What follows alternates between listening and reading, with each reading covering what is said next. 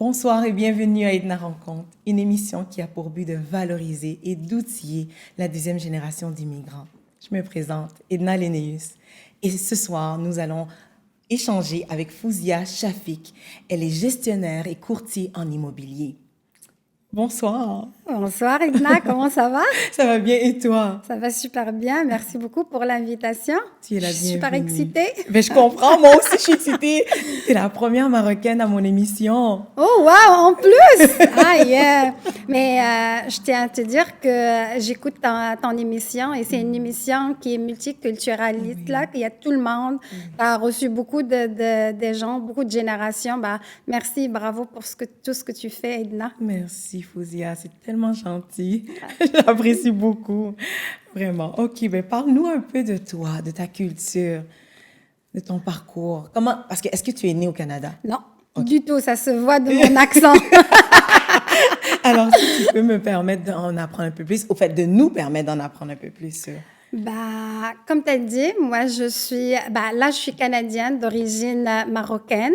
Ça fait plus de 10 ans que j'ai émigré au Canada comme travailleur qualifié. C'est un peu loin, là, sur mon histoire, mais j'ai émigré et j'ai travaillé dans le domaine de pharmaceutique. Oui. On va parler après pourquoi c'est comme le pharmaceutique et l'immobilier, là. Oui. Bah, c'est un peu pareil, là. Tu changes des boîtes des médicaments par des briques et tu passes de pharmaceutique à l'immobilier. Blague à part, effectivement. J'étais diplômée comme ingénieure en pharmaceutique.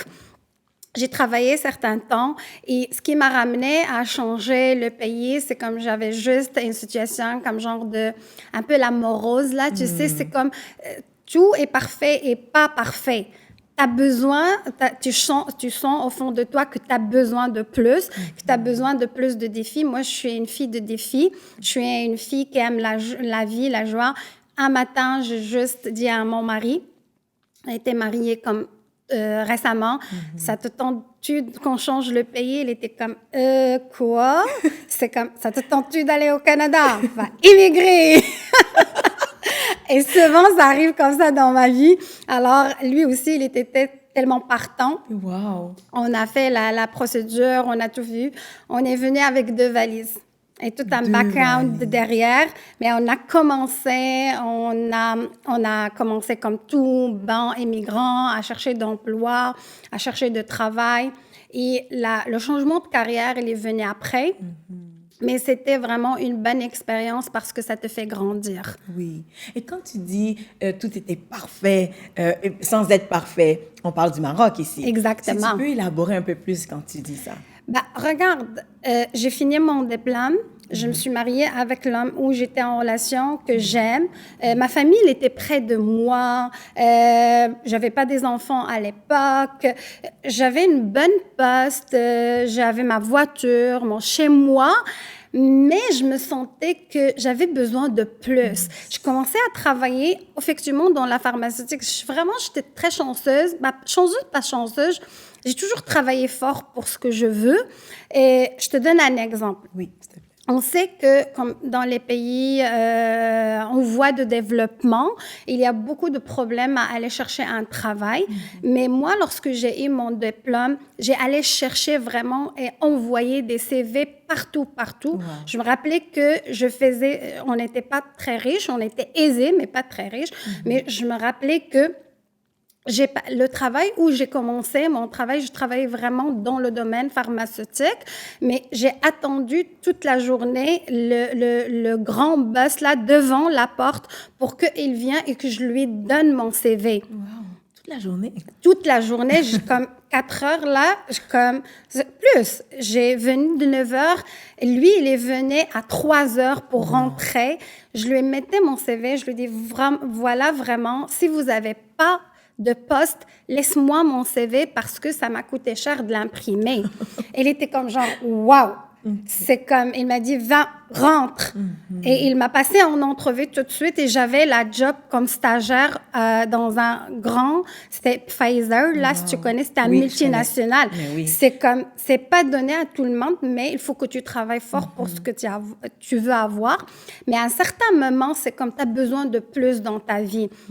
Moi, j'avais toujours besoin de voir ailleurs, d'avoir des références, d'autres références. Lorsque tu es élevé dans un contexte, tu passes toute ta vie là-bas, tu sais pas ailleurs c'est quoi. C'est pas que ailleurs l'herbe elle est plus fraîche, c'est que ailleurs ils ont d'autres façons de faire et j'avais besoin au fond de moi d'aller voir ça ailleurs c'était quoi. Et j'avais vraiment l'idée que comme c'est quoi le pire que ça peut arriver. Si j'arrive au Canada, j'aime pas, après 1 mois, 2 mois, ben, je prends le même avion, je retourne chez nous. That's it, that's all. C'est comme genre, c'est pas plus pire que ça, là. T'as trouvé le premier job, tu vas trouver la deuxième, la troisième, c'est tout, là. C'est fort quand même. Parce que c'est, tu l'amènes tellement simple, cette réalité-là. Puis là, ça me donne moi-même le goût de partir. Parce que c'est quoi le pire? C'est que tu reviennes et puis que tu t'établisses à nouveau. C'est quand même très léger. J'aime ça, ce que tu présentes comme de bouger d'un pays à l'autre, même si on sait que c'est beaucoup plus complexe. Mais quand même, cette première image nous donne le goût.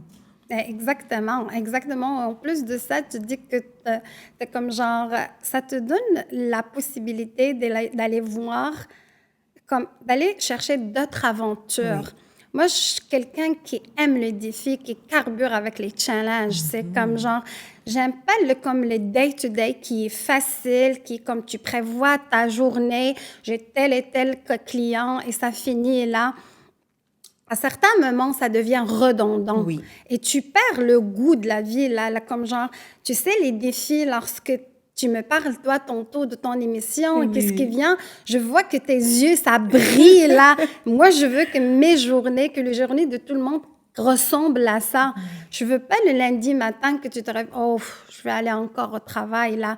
C'est pas une vie, là, vous êtes en train de survivre. Oui, je comprends. C'est tellement plate, mais il y a beaucoup de monde qui est comme ça. Mais moi, c'est comme genre, demain matin, si je vois que même au Canada, c'est pas ça ce que je veux, c'est pas le goût, ça me challenge pas assez, je vais aller immigrer dans un autre pays. Le monde est grand, là. C'est juste que mon mari, à certains moments, il a dit comme, oh ouais, non, là. Mais on parlait l'autre fois, j'étais comme, ça te tente pas d'aller en Australie? C'est comme, c'est chaud! Comme, non, ça me tente pas. Tu me fais trop rire, merci. Merci beaucoup pour ça. Merci pour ton parcours. Bienvenue, ma chère. Alors, tantôt, tu as soulevé un peu le point de changer de brique à... Je ne sais pas quel exemple que tu avais donné exactement, mais est-ce que tu peux nous expliquer qu'est-ce qui t'a amené vraiment dans un peu plus de détails de pharmaceutique à l'immobilier? Je t'explique un peu le parcours. Je ne veux pas prendre beaucoup de temps, mais juste pour ne pas perdre les auditeurs. Okay. Moi, j'étais ingénieure en pharmaceutique. J'ai travaillé entre le pays, et entre le Maroc ici, j'ai travaillé comme 8 ans, avoir 6 ans. 6 ans à 8 ans dans la pharmaceutique. C'est quoi, là? C'est la production des produits pharmaceutiques. De l'éprane, Tylenol, tout ce qu'on veut, là. Les vaccins. C'est ça, les vaccins, oui. Les vaccins à Merck, on les a fait aussi. C'était ce nom de Pfizer. On faisait le Pfizer dernièrement. Mais j'ai travaillé vraiment dans le management de qualité. C'était nous, les personnes qui assurent la qualité, comme dire, OK, on pourrait libérer au marché. Okay. C'est comme... On faisait les études, le contrôle qualité, le laboratoire, il faisait les contrôles, mais l'assurance qualité, c'est eux qui disent oui, on a le droit de libérer, de vendre, ou on n'a pas le droit de vendre parce que ça ne rejoint pas les critères qui sont demandés dans le contrôle qualité, dans les normes de qualité. Alors, c'était un travail très, très stressant et un travail qui était toujours suivi par Santé Canada. Est-ce que tu as travaillé là-dedans pendant longtemps? Est-ce que c'est récent que tu as arrêté? J'ai travaillé les 2 premières années que j'ai arrivé au Canada. On revient aussi que j'étais très chanceuse d'avoir le même job que j'ai au Ça, Maroc. c'est vrai, ça aide. C'est comme, lorsque je les disais aux gens, c'était comme no way. Mais il faut comprendre une chose. Moi, j'ai pas perdu du temps. Moi, lorsque j'ai fait mon processus d'émigration, j'ai allé chercher dans mon domaine où je peux aller travailler. Bravo. Mais en plus de ça, je savais que je devais faire une évaluation comparative de mon diplôme. Je savais déjà avant de venir que mon diplôme ici, il va pas être reconnu. Alors, ce que j'ai fait, j'ai envoyé comme 6 mois avant mon évaluation comparative.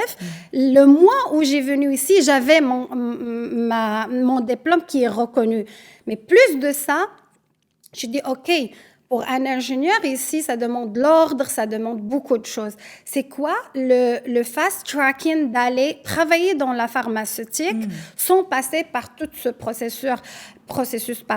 Alors, j'ai cherché les collèges, j'ai trouvé le collège Gérald Godin qui donnait une formation en perfectionnement et production pharmaceutique.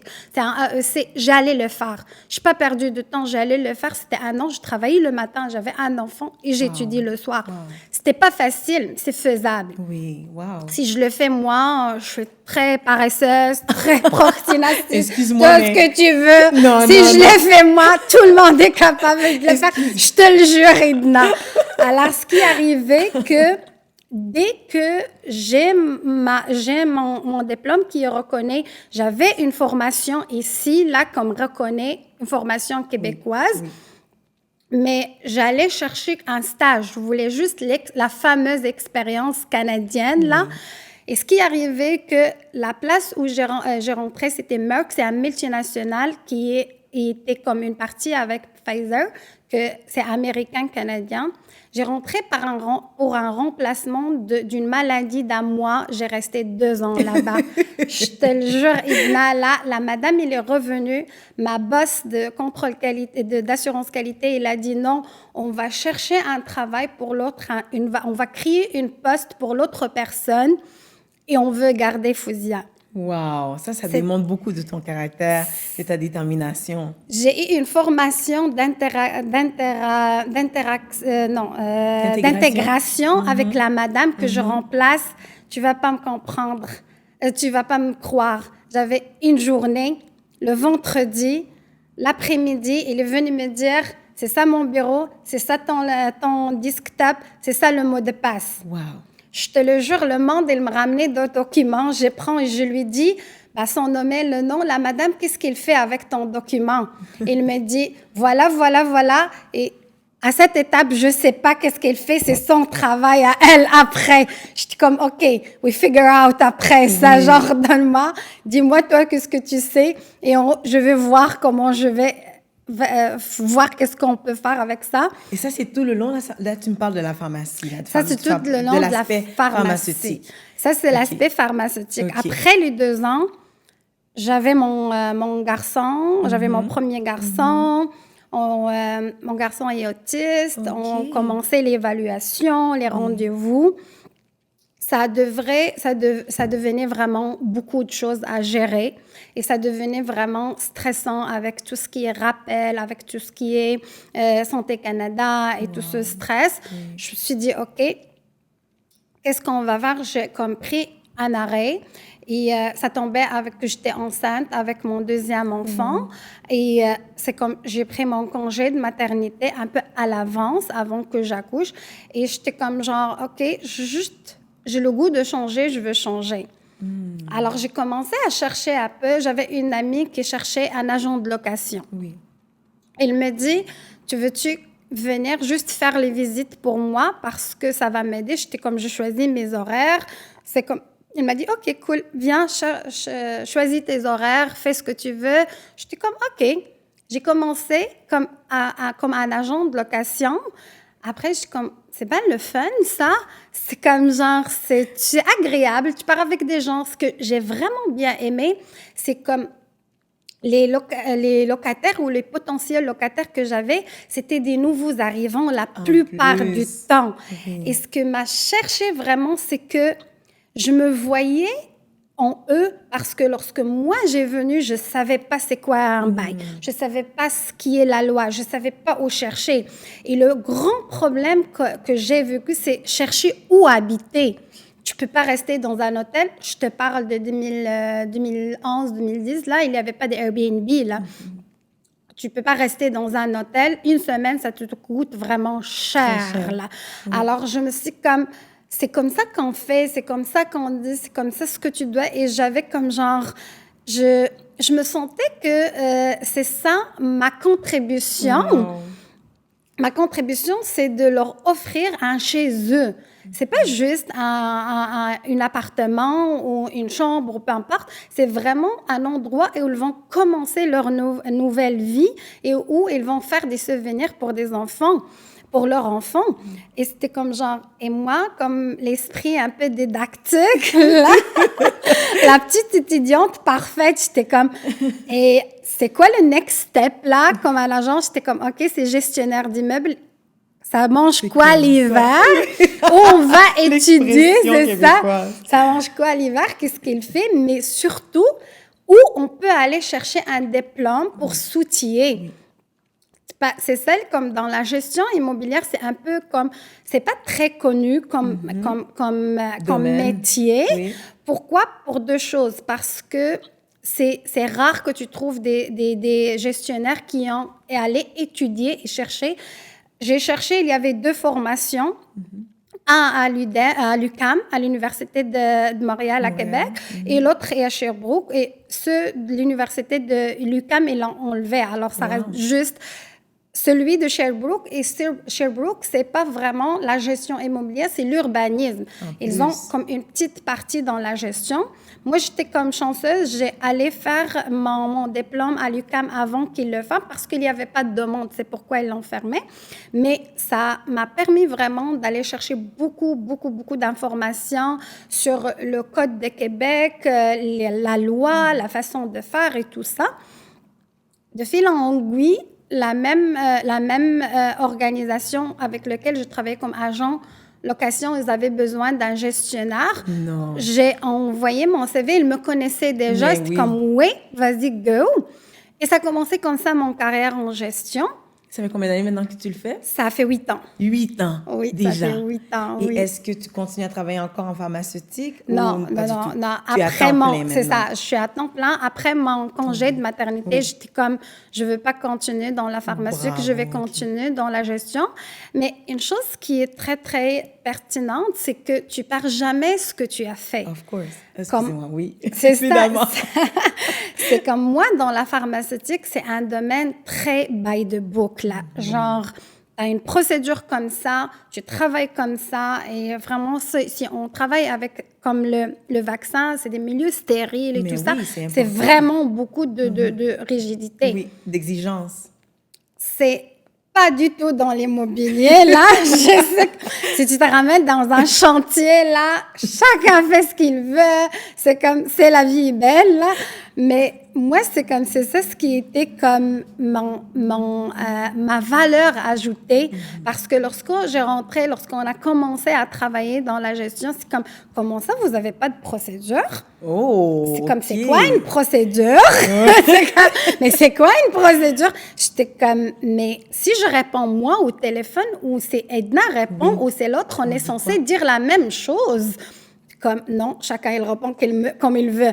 Comme, non, on a besoin des procédures, on a besoin de formation, d'intégration. Exactement. Ça a vraiment aidé à aller chercher une structuration pour aller optimiser le processus et aller standardiser.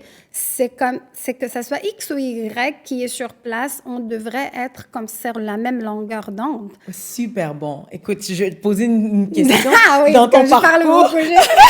Mais je vais être sûre que on est aussi le cœur de qu'est-ce que tu voulais partager. Exactement. Je sais que tu me disais Edna, j'aimerais ça communiquer ça à la communauté, donc Ouais. à la diversité ethnoculturelle. Puis je voulais te demander, est-ce que tu as eu des parcours, dans ton parcours, là, dans ton cheminement, parce que là, évidemment, tu es une femme qui semble déterminée, fonceuse, même si tu dis que tu es paresseuse, je le vois pas, là, je l'entends pas non plus, surtout pas.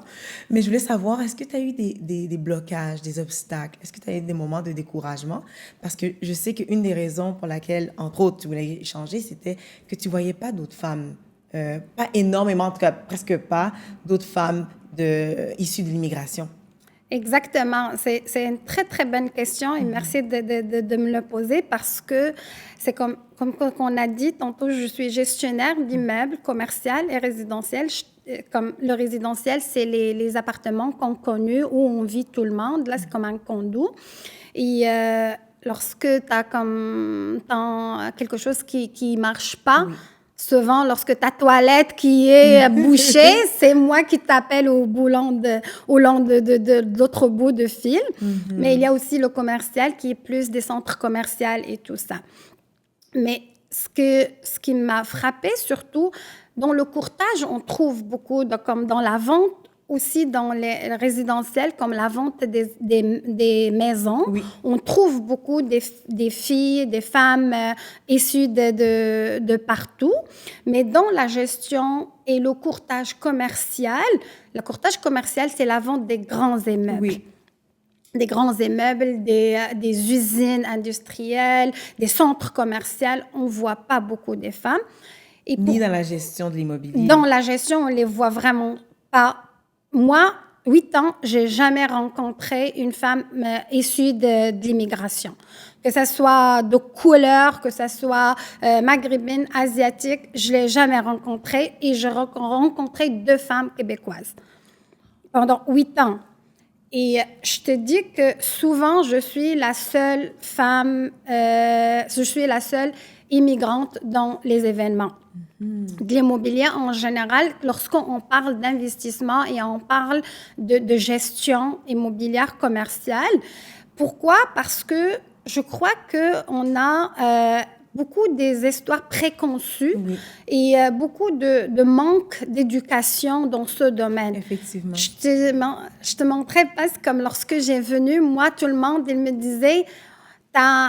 Tu veux avoir des enfants, tu veux tomber enceinte, avoir des enfants, ouvre ta garderie. C'était comme, j'ai rien contre les garderies, je l'adore, c'est mes amis, et elles investissent vraiment, c'est eux qui m'ont aidé à aller chercher parce que ils font partie de l'éducation, mes enfants. Mais moi, je voulais pas ouvrir une garderie. Il n'y a pas que ça. Oui, mais c'est parce que c'est facile, c'est déjà préétabli. Il Oui. n'y a pas vraiment de choses à travailler pour... Exactement. Mais même dans la pharmaceutique, j'avais beaucoup mais fais ton AEC et va travailler dans une pharmaceutique comme un préposé. Il n'y a pas que ça. Il faut juste aller chercher un peu plus l'information. Oui, ça demande du temps. Oui, ça demande de l'effort, mais c'est très payant à la fin. Oui. Est-ce que tu as senti que tu étais découragée à un moment donné dans ce parcours-là? Pour donner un peu de Oui, pas découragée. contexte.